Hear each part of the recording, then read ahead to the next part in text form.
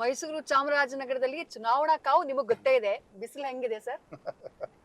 ಈ ಬಿಸಿಲಿನ ಮಧ್ಯೆ ಜನರ ಪ್ರೀತಿ ಇದೆಯಲ್ಲ, ಹಾಗಾಗಿ ಬಿಸಿಲು ಗೊತ್ತಾಗ್ತಿಲ್ಲ. ಆ ಒಂದು ಸುಡು ಬಿಸಿಲಲ್ಲೂ ಸಹ ಕಾರ್ಯಕರ್ತರೇ ಅಷ್ಟು ಉತ್ಸಾಹದಲ್ಲಿ ಹೋಗ್ಬೇಕಾದ್ರೆ ಇದು ಯಾವುದು ಕೂಡ ನಮಗೆ ಅಡ್ಡಿ ಆಗೋದಿಲ್ಲ. ನಾವು ಕೂಡ ಉತ್ಸಾಹದಲ್ಲಿ ಕೆಲಸ ಮಾಡ್ತಾ ಇದ್ದೀವಿ. ಓಕೆ. ಸಮ್ಮರ್ ಟೈಮ್ ಅಲ್ಲಿ ವಿಜಯೇಂದ್ರ ಅವ್ರು ಏನಾದ್ರು ಪರ್ಟಿಕ್ಯುಲರ್ ಆಗಿ ಡಯಟ್ ಪ್ಲಾನ್ ಅಂತ ಏನಾದ್ರು ಮಾಡ್ಕೊಂಡಿದಾರಾ, ಅಥವಾ ಇವತ್ ನಾವು ನೋಡಿದ್ವಿ ಸರಗೂರಲ್ಲಿ ಮಠದಲ್ಲಿ ಊಟ ಮಾಡಿದ್ರೆ ನೀವು ಇದೇ ತರ ಎಲ್ಲಾದ್ರೂ ಹೆಂಗ್ ಪ್ಲಾನಿಂಗ್ ಇಲ್ದೆ ಊಟ ಮಾಡೋದ ಹೆಂಗೆ ಸರ್? ಪ್ಲಾನಿಂಗ್ ಇಲ್ದೇನೆ ನುಗ್ಗೋದೆ ಚುನಾವಣೆ ಸಂದರ್ಭದಲ್ಲಿ. ಎಲ್ಲಿ ಊಟ ಮಾಡ್ತೀವಿ, ಎಷ್ಟೊತ್ತಿಗೆ ಮಲಗ್ತೀವಿ, ಎಷ್ಟೊತ್ತಿಗೆ ಹೇಳ್ತೀವಿ, ಯಾವುದು ಕೂಡ ನಮಗೆ ಯೋಚನೆ ಮಾಡೋದು ಪ್ರಶ್ನೆ ಉದ್ಭವ ಆಗೋದಿಲ್ಲ. ಎಲ್ಲಿ ಸಮಯ ಸಿಗುತ್ತೆ ಅಲ್ಲಿ ಊಟ ಮಾಡ್ತೀವಿ. ಕಾರ್ಯಕರ್ತರು ಎಲ್ಲದನ್ನು ಕೂಡ ಜೋಡಣೆ ಮಾಡಿರ್ತಾರೆ. ಹಾಗಾಗಿ ಯಾಕೆ ಚುನಾವಣೆ ನಡೀತಕ್ಕಂಥದ್ದೇ ಒಂದು 50-60 ದಿನಗಳ ಕಾಲ ನಡೀತದೆ ಚುನಾವಣೆ. ಹಾಗೆ ಹೆಚ್ಚೆಚ್ಚು ಸಮಯವನ್ನ ಉಪಯೋಗಿಸ್ಕೋಬೇಕು, ಹೆಚ್ಚೆಚ್ಚು ಜನರ ಮಧ್ಯೆ ಹೋಗ್ಬೇಕು.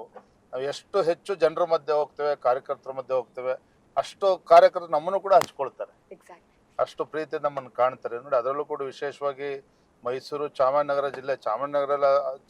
ಜಿಲ್ಲೆ ಯಡಿಯೂರಪ್ಪನವ್ರ ಬಗ್ಗೆ ಒಂದು ಅವಿನಾಭಾವ ಸಂಬಂಧ ಇರ್ತಕ್ಕಂಥದ್ದು. ಯಾಕಂದ್ರೆ ತಂದೆಯವರು ಮುಖ್ಯಮಂತ್ರಿ ಇದ್ದಂತ ಸಂದರ್ಭದಲ್ಲಿ ಇಲ್ಲಿ ಕೆರೆಗಳಿಗೆ ನೀರು ತುಂಬಿಸ್ತಕ್ಕಂತ ಯೋಜನೆಯನ್ನು ಕೊಟ್ಟಿದ್ರು ಬಿಜೆಪಿ ಸರ್ಕಾರ ಇದ್ದಾಗ.